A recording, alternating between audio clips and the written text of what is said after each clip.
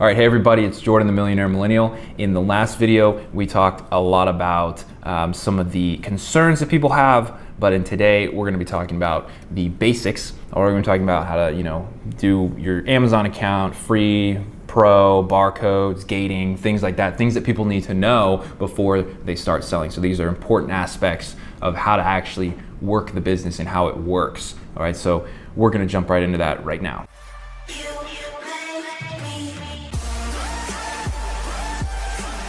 So the basic of selling on Amazon is the basics of selling anywhere. Okay, you want to buy low, sell high, right? You've probably heard that. I'm not even gonna go into that. You want to buy things cheaper, and you want to sell them for more expensive.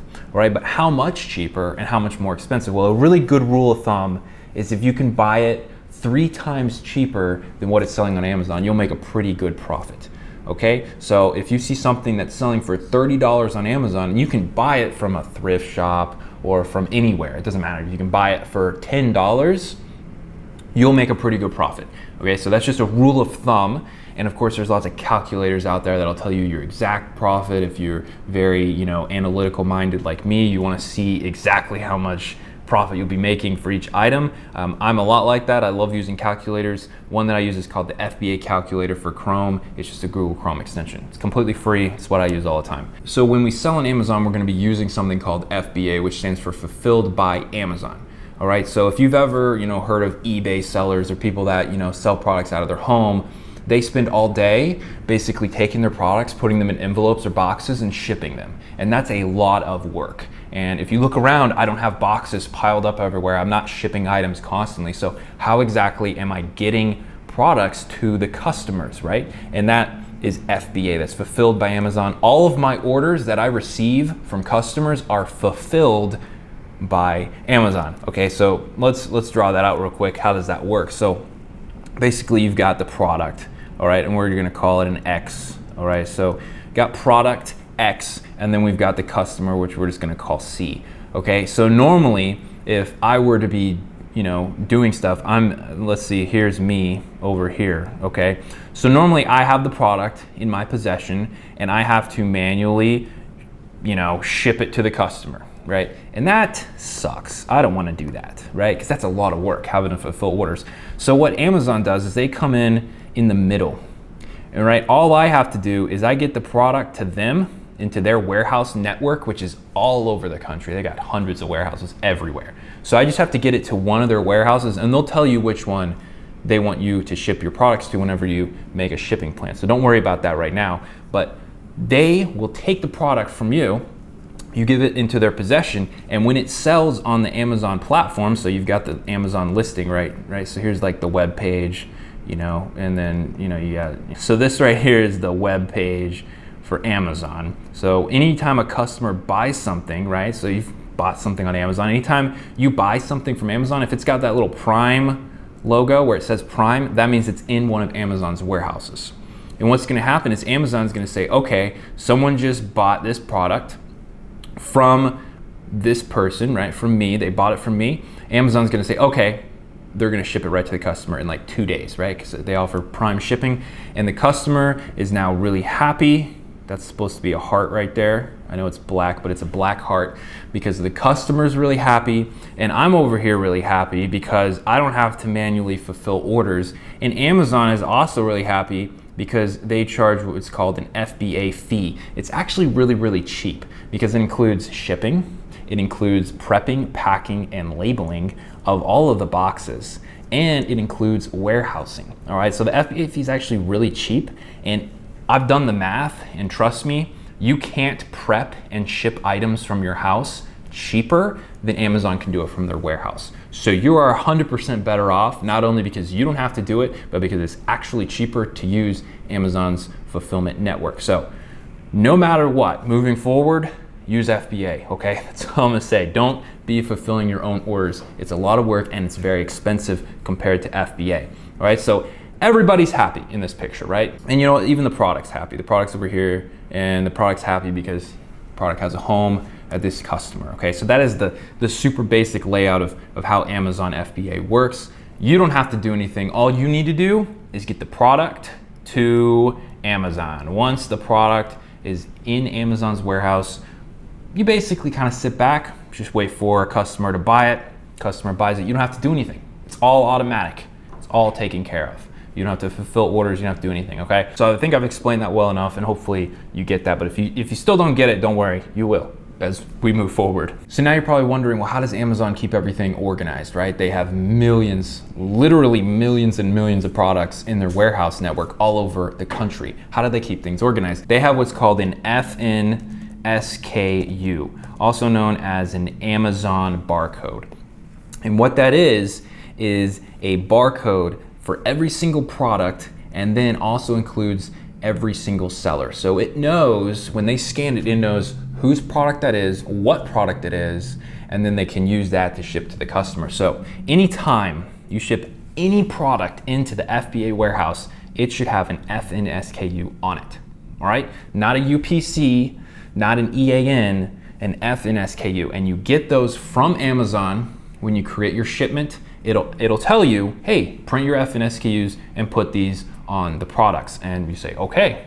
And you can print them off using label paper. You can get label paper really cheap actually on Amazon, which is kind of funny. And then what are the FBA labels? These are the labels that go on the outer box, right? So you've got a big box. And by the way, the biggest box that you can ship to Amazon FBA is 50 pounds and 24 inches on the longest side. Don't ship in anything heavier or larger than that, otherwise you can get in trouble, okay? And I've done it a couple times. It's not like I got in huge trouble, but they will send you an email saying, hey, don't do this. So just make sure to follow those rules. But besides that, you can take one of those big 2 foot by 2 foot by 2 foot boxes, fill it up with a ton of products until it weighs 50 pounds, and then you can ship that off. And that is what I used to do whenever I was having products shipped out of my house. I don't actually do that anymore.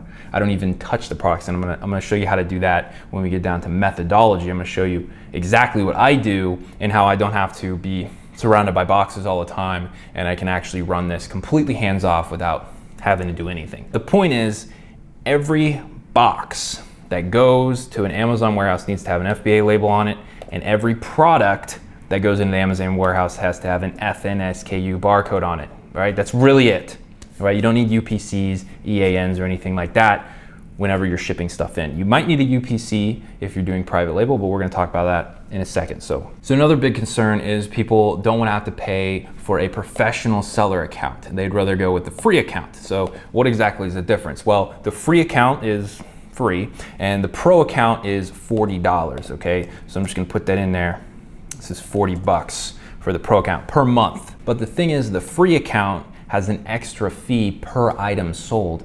$1 for every unit you sell is an extra fee. The pro account doesn't have that. So if you want to do the math, if you sell more than 40 units per month, which if you're taking this seriously and you're actually like wanting to sell and make a lot of money, then you will do that pretty easily. Usually within your first month or two, you'll absolutely hit that threshold where it's now more expensive to have a free account versus a pro account. The other big thing is the pro account has a ton of extra stuff. So in the free account, you can't do any sort of advertising. You can't have MWS keys, which means you can't use outside third-party programs, which we'll talk about in a sec. But like, you can't do anything with the free account. All you can do is sell products. If all you want to do is, I just want to, ship in a couple things and test it to make sure it's actually legit and this isn't a huge scam or whatever, then sure, you can sign up for a free account and you can ship a couple things in, see if they sell. But if you're doing more than 40 units a month,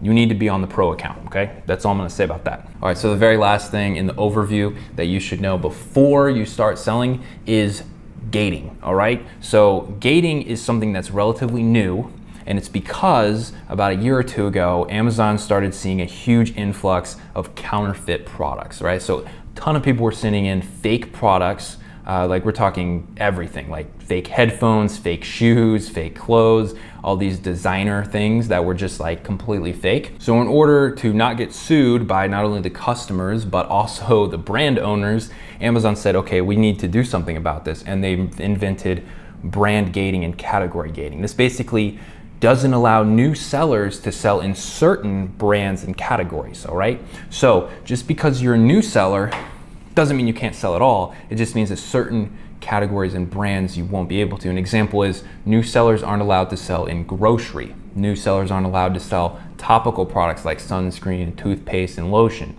New sellers typically aren't allowed to sell bigger brands like Disney, Mattel, and Hasbro, stuff like that. And a lot of people hate the fact that Amazon did this, but I love it. And I'll tell you why, because it lowers the competition so much. I mean, I remember before it was gated, a Disney product maybe had like 70 other sellers on it, right? 70 different sellers selling the same product. Now, same product, it's only like maybe a few.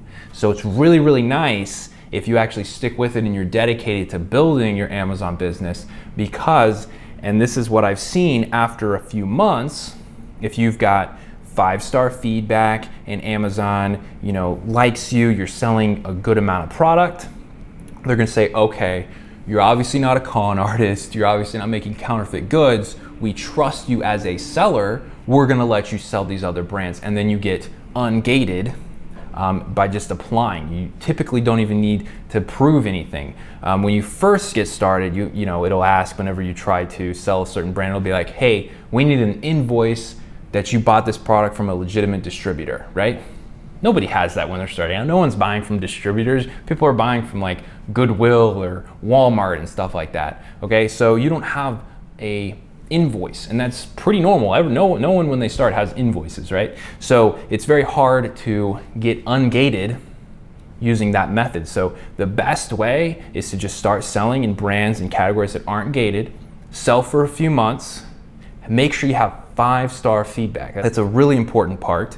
And at the same time, you wanna make sure that you're selling a decent amount. I'd say maybe like 100 units a month will probably do. So if you're selling that much, you have 5-star feedback, it's been a few months, I think you should be able to get auto-ungated in a lot of categories. Now there's still some categories you won't be able to get auto-ungated, but for a lot of them you will. So that is the overview of all the things that you need to know before you start selling on Amazon. So I hope that this helped you guys out. And in the next video, we're gonna be talking about the methodology, all right? So the actual methods to selling and how to sell. And I'll probably break those down into individual videos too, because there's a lot of information there as well. So I will see you in the next video.